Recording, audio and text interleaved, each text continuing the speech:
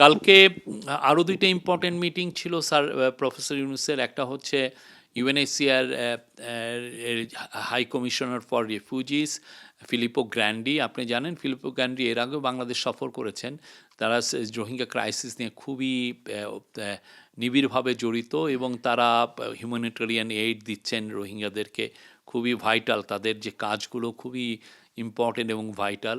তো তার মূল আলোচনাটা ছিল যে কিভাবে বাংলাদেশের সাথে ওরা আরও নিবিড়ভাবে কাজ করতে পারে রোহিঙ্গা ক্রাইসিস নিয়ে। এবং আপনি জানেন যে বাংলাদেশ এই বছরই একটা বড় রকমের একটা রোহিঙ্গা নিয়ে একটা ইন্টারন্যাশনাল কনফারেন্স করতে যাচ্ছে এবং এই ইন্টারন্যাশনাল কনফারেন্সে ইউএনএইচসিআরও থাকবে এবং তারা বলেছে যে তারা ফুললি কোঅপারেট করবে এবং আমরা আশা করছি 170টার উপরে দেশ এটায় জয়েন করবে। আমরা প্রফেসর ইউনুসের কথা হচ্ছে যে পুরো রোহিঙ্গা ক্রাইসিসকে আবার গ্লোবাল যে ফোকাসে নিয়ে আসতে হবে, গ্লোবাল ম্যাপে নিয়ে আসতে হবে, গ্লোবাল যে ইস্যুগুলো আছে মেইন ইস্যু সেটার সামনের সারিতে নিয়ে আসতে হবে। দেখাতে হবে যে এটা কত বড় একটা ক্রাইসিস, কত বড় একটা হিউম্যানিটারিয়ান ক্রাইসিস এবং এটা কেন, এটার সলিউশনটা খুব ইম্পর্টেন্ট।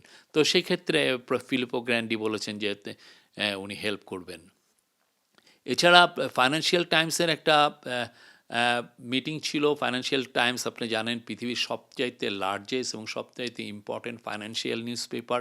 পৃথিবীর সমস্ত কোম্পানির সিইও, মিড লেভেল ম্যানেজার সবাই এটা পড়েন। তো এটা নিয়েও কালকে ওইখানে উনি অনেকগুলো কথা বলেছেন, এই আন্দোলনের উপরে বলেছেন, সামনে রিফর্মের ব্যাপারে কী হতে যাচ্ছে সেগুলো বলেছেন এবং পুরো পৃথিবীব্যাপী যে ইয়াং ছেলেরা যারা ইমাজিনেশন করতে পারে, যারা নতুন নতুন ইমাজিনেশন নিয়ে আসছে, তারা কিভাবে পৃথিবীকে চেঞ্জ করে দিচ্ছে সেটাকে হাইলাইট করেছেন। পার্টিকুলারলি বাংলাদেশে এই পুরো আন্দোলনের সম্মুখভাগে যে ইয়াং স্টুডেন্টরা ছিল এবং তারা কি বাংলাদেশকে দেখতে চায় তা যে প্রতি গ্রাফিতিতে ওরা জানিয়ে দিচ্ছে, এই বিষয়টা উনি হাইলাইট করেছেন। তো সেইটা আমরা এটার ওনার স্পিচটা আশা করি আজকে এটা আমরা সবাইকে এটা আপলোড করতে পারবো, এটা দেখতে পারবেন। এটা ব্রিলিয়ান্ট একটা স্পিচ ছিল। আর আজকে অনেকগুলো মিটিং, 15-16টার মতো মিটিং।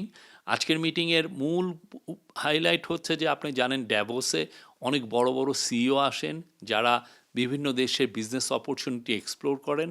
তো আজকে ডিপি ওয়ার্ল্ড, যেটা ওয়ার্ল্ডের one of the largest investor in ports, তার এমডির সাথে সিইওর সাথে মিটিং আছে। এপি মোলার, পৃথিবীর লার্জেস্ট শিপিং কোম্পানি, তার সিইওর সাথে কথা আছে, মিটিং আছে। তারপরে মেটার চিফের সাথে মিটিং আছে, অন্যান্য আরও কয়েকটি কোম্পানির চিফের সাথে আছে।